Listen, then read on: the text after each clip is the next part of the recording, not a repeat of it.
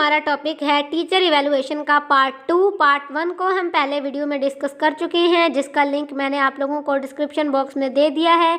आप वहां से जाकर टीचर इवैल्यूएशन का पार्ट 1 देख सकते हैं। चलते हैं हमारे पार्ट 2 की तरफ, जिसके अंदर हमने इवैल्यूएशन मॉडल्स को 1 बाय 1 डिस्कस करना है। जिसमें सबसे पहले हमारे पास वैल्यू एडेड मॉडल आता है, जिसको हम VAM कहते हैं, जिससे मुराद है कि हमने टीचर की इवैल्यूएशन करनी है, उसको नंबर्स देकर, उसको वैल्यूज़ देकर, ठीक है, यानी न्यूमेरिकल फॉर्म के अंदर, क्वांटिटेटिव फॉर्म के अंदर हमने टीचर का डाटा इकट्ठा करना है। फिर हमने टीचर को उसके हिसाब से रैंक देना है कि उस पर्टिकुलर टीचर के इंस्ट्रक्शंस में बच्चों ने कितना इम्प्रूव किया, उनके जो एकेडमिक्स हैं उसने कितना इम्प्रूव किया, उनके अंदर जो कॉन्फिडेंस है वो बूस्ट हुआ या नहीं हुआ, हमारे बच्चों ने कितना कुछ सीखा उस टीचर के under. Value added model measures how much students improve academically under a teacher's instruction. Value added model measure करता है कि किस तरीके से जो हमारे स्टूडेंट्स हैं वो अपने एकेडमिक्स के अंदर इम्प्रूव करते हैं उस पर्टिकुलर टीचर के इंस्ट्रक्शंस में।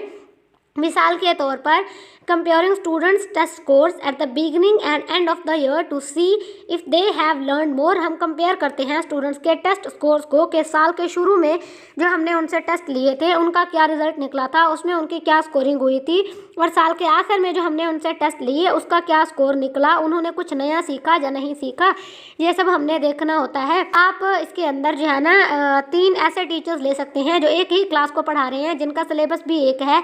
तो हमने देखना है कि किस टीचर ने ज़्यादा अच्छा पढ़ाया है, किसके स्टूडेंट शुरू में कैसे थे, आखिर में कैसे थे, और जो ओवरऑल परफॉर्मेंस है वो कौन से टीचर की अच्छी थी, ताकि हम उनको रैंक दे सकें। ठीक है, तो ये होता है वैल्यू एडेड मॉडल।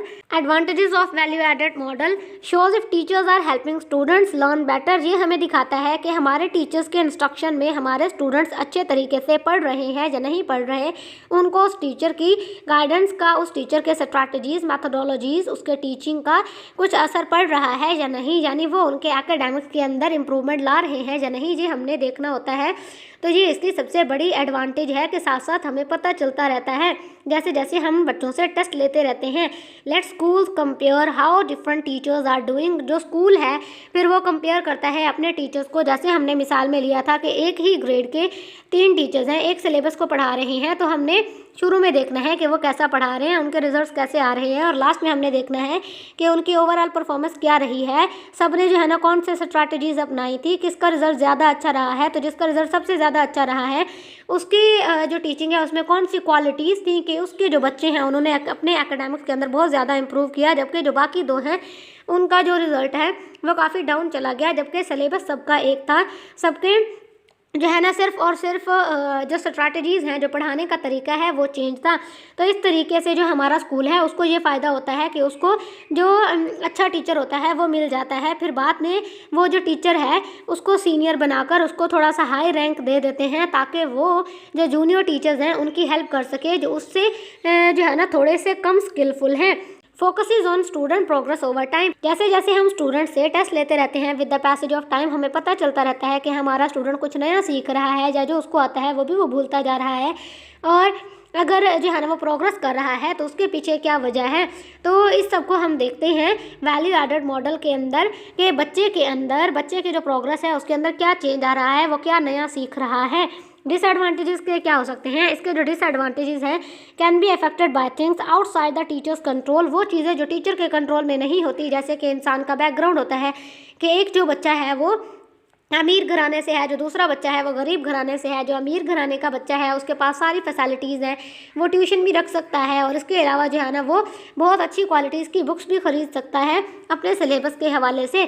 तो उसकी जो तैयारी होगी वो और ज़्यादा अच्छी होगी एज़ कम्पेयर टू द गरीब बच्चा, क्योंकि जो गरीब बच्चा है उसके पास ना ही कोई और पढ़ाने वाला ज़रिया है, वो सिर्फ टीचर की सुनेगा। अगर उसके कॉन्सेप्ट क्लियर नहीं होंगे और वो टीचर से आकर दोबारा पूछने में हेजिटेट करता है, यानी कि उसके अंदर कॉन्फिडेंस नहीं है, तो वो बच्चा पीछे रह जाता है। तो इसमें टीचर का कसूर नहीं है कि वो जो बच्चा है उसमें कॉन्फिडेंस नहीं है, क्योंकि टीचर ने सबको इक्वली ट्रीट किया था, फेयरली ट्रीट किया था, एक जैसा पढ़ाया था, टेस्ट भी लिए थे। अगर उस बच्चे के गरीबी की वजह से वो बच्चा पीछे रह गया तो इसमें हमारे टीचर का कोई कसूर नहीं है। तो ये वो चीज़ थी जो हमारे टीचर के अंडर कंट्रोल नहीं थी, जिसकी वजह से जो हमारा इवैल्यूएशन प्रोसेस है वो काफ़ी ज़्यादा इफेक्ट होता है। Might not show everything a teacher does well, teacher जितनी चीज़ें अच्छी कर ले ये उन चीज़ों के ऊपर नज़र नहीं दौड़ाता, ये सिर्फ ओवरऑल परफॉर्मेंस को देखता है। यानी टीचर ने हमें एकेडमिक के साथ जो है ना कोई और स्किल्स भी सिखा दी थी, कोई और एक्सपीरियंस भी दे दिया था, हमें जो है ना प्रैक्टिकल नॉलेज के हवाले से भी काफ़ी ज़्यादा एक्सपीरियंस दिया और चीज़ें सिखाई। तो ये उन चीज़ों को नहीं देखता, ये सिर्फ और सिर्फ हमारे एकेडमिक को देखता है कि उसके अंदर हम अच्छे हैं या नहीं हैं, यानी नंबरों की इस दौड़ में हमने कितने नंबर हासिल किए, ये सिर्फ और सिर्फ इस चीज़ को देखता है, नंबर्स को ही जज करता है। फिर हमारे पास आता है sometimes gives the wrong idea about a teacher skill. अब एक टीचर हमारा बहुत ज़्यादा स्किलफुल है तो ये उसके बारे में कभी कभी जो रॉन्ग असम्पशंस हैं वो भी लगा देता है, क्योंकि एक तो ये कि जो नंबर्स हैं ना वो सही नहीं हो सकते। लाजमी नहीं है कि आपने टीचर को जो नंबर दिए हैं वो वैसे ही हैं जैसे टीचर ने बच्चों को पढ़ाया। हो सकता है टीचर ने अपने तरफ से बच्चों को पूरी की पूरी कोशिश की अच्छा पढ़ाने की, लेकिन क्या था कि वो जो बच्चे थे उनके बैकग्राउंड की वजह से कोई ना कोई मतलब कि उनके साथ कोई इंसिडेंट हो गया। ओवरऑल उनकी जो परफॉर्मेंस थी पूरे साल वो बहुत अच्छी थी, लेकिन एग्ज़ाम से पहले उनका कोई इंसिडेंट हो गया उनके साथ, जैसे कि उनके जो मदर है फादर है उनकी डेथ हो जाती है, ग्रैंड पेरेंट्स की डेथ हो जाती है, कुछ भी हो जाता है, कोई एक्सीडेंट हो जाता है जिसकी वजह से उस बच्चे की परफॉर्मेंस पे असर पड़ता है। और जैसे ही उस बच्चे के जो टेस्ट स्कोर हैं, जो एग्ज़ाम रिजल्ट है वो कम होता है, तो उसका जो डायरेक्ट असर है वो हमारे टीचर की परफॉर्मेंस पे पड़ता है। तो ये इसका एक सबसे बड़ा डिसएडवांटेज है कि अगर बच्चा अच्छी कारकर्दगी नहीं दिखा रहा तो इसका मतलब ये तो नहीं है कि जो हमारा टीचर है वो स्किलफुल नहीं है, वो जो है ना अपने सब्जेक्ट के ऊपर कमांड नहीं रखता।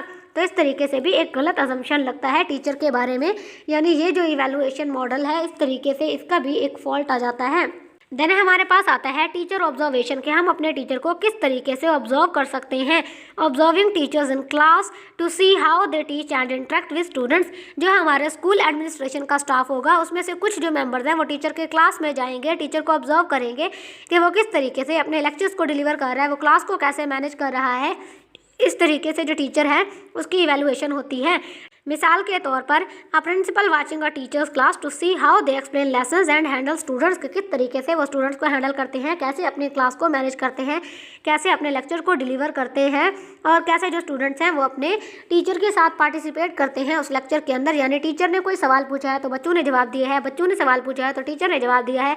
इस तरीके से दोनों में इंटरेक्शन होता है और एक पॉजिटिव फीडबैक जाता है उस इंसान के पास जो कि ऑब्जर्वर होता है, जो उस क्लास को ऑब्जर्व कर रहा होता है, उस टीचर की परफॉर्मेंस को जज कर रहा होता है। तो इसके एडवांटेजेस क्या हो जाते हैं? इसके एडवांटेजेस में सबसे पहले हमारे पास डायरेक्ट फीडबैक आता है। Gives direct feedback on teaching method, कि टीचर जैसे पढ़ा रहा है उसका एक डायरेक्ट फीडबैक मिल जाता है हमें। Help teachers improve based on real observation, हमारे पास रियल ऑब्जर्वेशन होते हैं क्योंकि हमने अपनी आंखों से सब देखा होता है कि टीचर कैसे पढ़ा रहा है।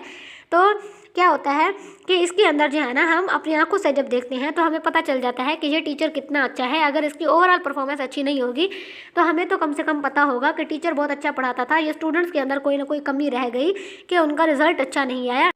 Can catch things that test scores do not show, और हमें वो चीज़ें भी टीचर के बारे में पता चलती हैं जो कि हमें टेस्ट के स्कोर से पता नहीं चलती, कि हमारा टीचर तो पढ़ाई में बहुत ज़्यादा अच्छा है, जो बहुत ज़्यादा अच्छे तरीके से पढ़ा रहा है, इसके मेथड्स भी काफ़ी अच्छे हैं, लेकिन ये हमारे स्टूडेंट्स ही निकम्मे हैं जो कि एग्ज़ाम के अंदर बहुत ज़्यादा हमें बुरा रिजल्ट देते हैं, जबकि उनके टेस्ट में फुल मार्क्स होते हैं। तो स्टूडेंट्स के अंदर कोई ना कोई कमी है। हमारा जो टीचर है वो काफ़ी ज़्यादा एक्सपर्ट है अपने सब्जेक्ट के अंदर। Disadvantages, observer might have their own opinion, जो ऑब्जर्वर है उसके अपने ओपिनियंस भी हो सकते हैं जिसकी वजह से जो टीचर का इवैल्यूएशन है वो गलत हो सकता है, यानी उसका कोई पर्सनल ग्रज हो सकता है टीचर के साथ, या फिर उसका कोई अपना ओपिनियन हो सकता है कि नहीं टीचर ऐसे ना पढ़ाए, ऐसे ना पढ़ाए। वो इंसान जिसको हर चीज़ में कीड़े निकालने होते हैं, कोई ऑब्जर्वर उस तरीके का भी हो सकता है। तो इस तरीके से जो हमारे टीचर की परफॉर्मेंस है उसके ऊपर एक नेगेटिव फीडबैक जाता है। Takes up a lot of time for administrators, जो हमारे एडमिनिस्ट्रेटर्स होते हैं यानी जो हमारा स्टाफ होता है जिसने उस टीचर को ऑब्जर्व करना होता है, उनके लिए टाइम निकालना बहुत ज़्यादा मुश्किल होता है उस टीचर के लिए कि वो अपने इतने बिजी शेड्यूल के अंदर से थोड़ा सा टाइम निकाल कर जाकर देखें कि उनका टीचर कैसे पढ़ा रहा है। तो ये भी इसका एक डिसएडवांटेज है। Might not see everything in a short visit to a classroom, ऐसा भी तो हो सकता है ना कि उन्होंने सिर्फ एक ही दिन जाकर क्लास में विजिट किया हो और उस दिन का जो माहौल है वो ऐसा हो सकता है कि क्लास टीचर से हैंडल ना हो रही हो, क्योंकि कुछ ऐसा जो है ना जैसे कोई इवेंट आ रहा हो, कोई फंक्शन आ रहा हो, तो क्लास बहुत ज़्यादा एक्साइटेड हो गई हो और जो टीचर है वो भी उनके साथ एक्साइटेड हो गया हो, जिसकी वजह से जो क्लास का एनवायरनमेंट है वो थोड़ा फ्रेंडली हो जाता है, इनफॉर्मल हो जाता है। तो जो ऑब्जर्वर है उसके ऊपर एक नेगेटिव फीडबैक जाता है कि देखो ये जो टीचर है ये बच्चों के साथ फॉर्मल ही नहीं है, ये बच्चों के एकेडमिक्स को लेकर सीरियस ही नहीं है। तो आपने सिचुएशन के हिसाब से ही जज करना होता है। एक ही विजिट से हमें नहीं पता चल सकता कि हमारे क्लास का एनवायरनमेंट कैसा है, हमारा टीचर कैसे पढ़ा रहा है। इस तरीके से भी जो हमारा इवैल्यूएशन मॉडल है वो फेल हो सकता है। देन हमारे पास नंबर 3 पे आता है फ्रेमवर्क मॉडल। फ्रेमवर्क मॉडल हमें एक स्ट्रक्चर देता है, a structured way to evaluate teachers based on different areas of teacher. इससे हमें पता चलता है कि हमारा टीचर कौन से एरियाज़ के अंदर वीक है, कौन से एरियाज़ के अंदर जो है ना वो काफ़ी ज़्यादा एक्सपर्ट है, यानी किस चीज़ के अंदर हमारे टीचर को और ज़्यादा इंप्रूवमेंट की ज़रूरत है, ये हमें बताता है framework model. For example, using a check list to rate teachers on how well they plan lessons and manage classrooms. हम एक चेक लिस्ट बनाते हैं अपने टीचर्स को रेटिंग्स देने के लिए कि उनका जो लेसन प्लान था वो कितना अच्छा था, उन्होंने अपने क्लास को कैसे मैनेज किया। तो इसके ज़रिए से हम टीचर को रैंक देते हैं कि हमारा टीचर किस तरीके से बच्चों की जो पढ़ाई है उसमें जा रहा है, आया कि जो हमारे स्टूडेंट्स हैं वो प्रोग्रेस कर रहे हैं, जो हमारा टीचर है उसके जो वीकनेसेस थे उसने उनको अपने स्ट्रेंथ में बदला या नहीं बदला। तो ये हमें पता चलता है फ्रेमवर्क मॉडल के ज़रिए से। एडवांटेजेस क्या होते हैं फ्रेमवर्क मॉडल के? Gives clear guideline for evaluating teacher. ये हमें क्लियर गाइडलाइन देता है ताकि हम अपने टीचर को सही से इवैल्यूएट कर सकें। Helps teachers know what they need to improve. हमारे टीचर्स को पता चलता है कि उनके अंदर कौन सी जो है ना कमी रह गई है, कौन सी खामी रह गई है जिसको वो इम्प्रूव कर सकते हैं और अपनी स्ट्रेंथ में बदल सकते हैं। स्पोर्ट्स प्रोफेशनल ग्रोथ, टीचर का जो प्रोफेशनल ग्रोथ होता है उसके अंदर भी ये टीचर को मदद देते हैं कि उन्होंने किस तरीके से अपने आप को जो है ना स्कूल की कम्युनिटी के अंदर फॉर्मल रखना है, उसके अंदर अपने आप को इंगेज रखना है। जो प्रिंसिपल है, हेड ऑफ़ द स्कूल, उसके साथ उन्होंने अपने ताल्लुकात अच्छे रखने हैं, अपने जो कोलीग्स हैं उनके साथ ताल्लुकात अच्छे रखने हैं, अपने एटीट्यूड, अपना जो बिहेवियर है वो फॉर्मल रखना है। तो इस तरीके से टीचर की जो प्रोफेशनल ग्रोथ है वो भी साथ साथ में होती रहती है, क्योंकि जो कोलीग्स हैं वो टीचर को सपोर्ट करते हैं, टीचर को बताते रहते हैं साथ साथ में कि आप जो है ना ये वाला मेथडोलॉजी अपनाओ जिससे आपके रिजल्ट्स और ज़्यादा अच्छे आएंगे।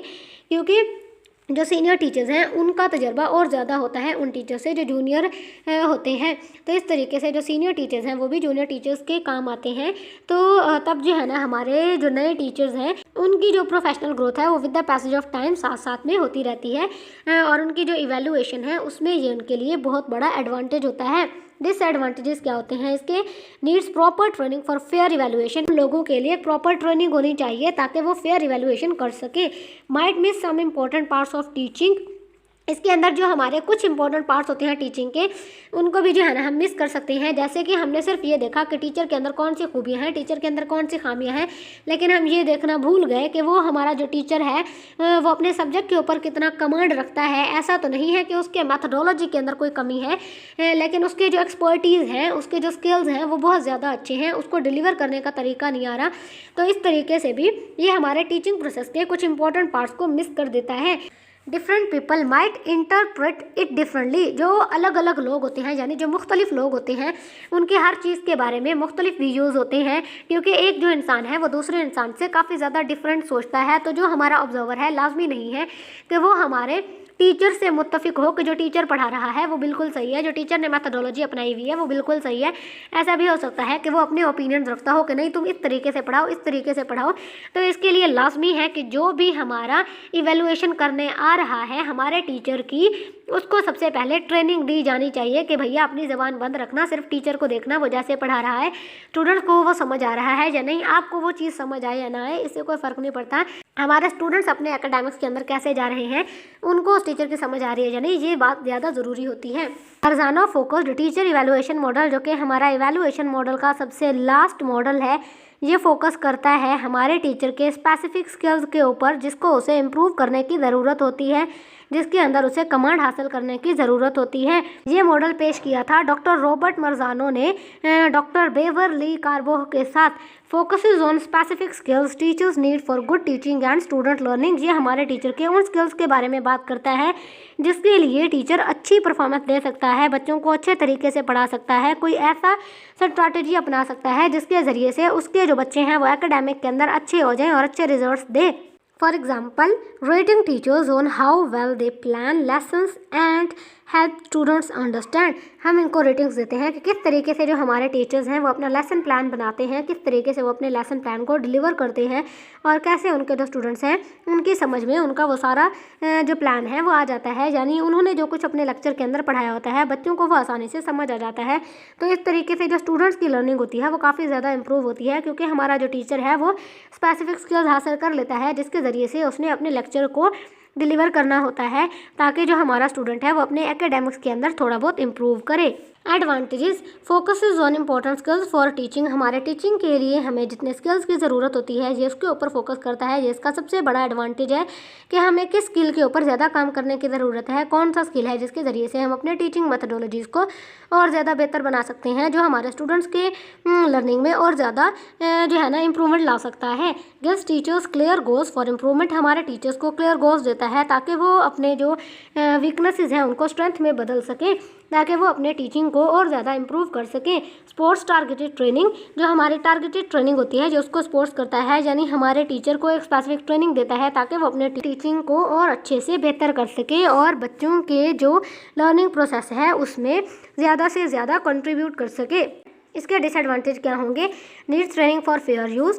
एक ऐसे ट्रेनिंग की ज़रूरत है जो कि फेयर यूज़ के लिए, यानी कि सारे टीचर्स को एक जैसा ट्रीट करे, जो इवैल्यूएशन प्रोसेस है उसको फेयरली करे। तो उसके लिए सबसे पहले लाजमी है कि जो हमारा ऑब्जर्वर है उसकी ट्रेनिंग होनी चाहिए। Might not cover everything a teacher does well. हर चीज़ को कवर नहीं करता जो हमारा टीचर अच्छे से परफॉर्म करता है, सिर्फ एक पर्टिकुलर स्किल के ऊपर फोकस करता है। Depends on people judgement which can very.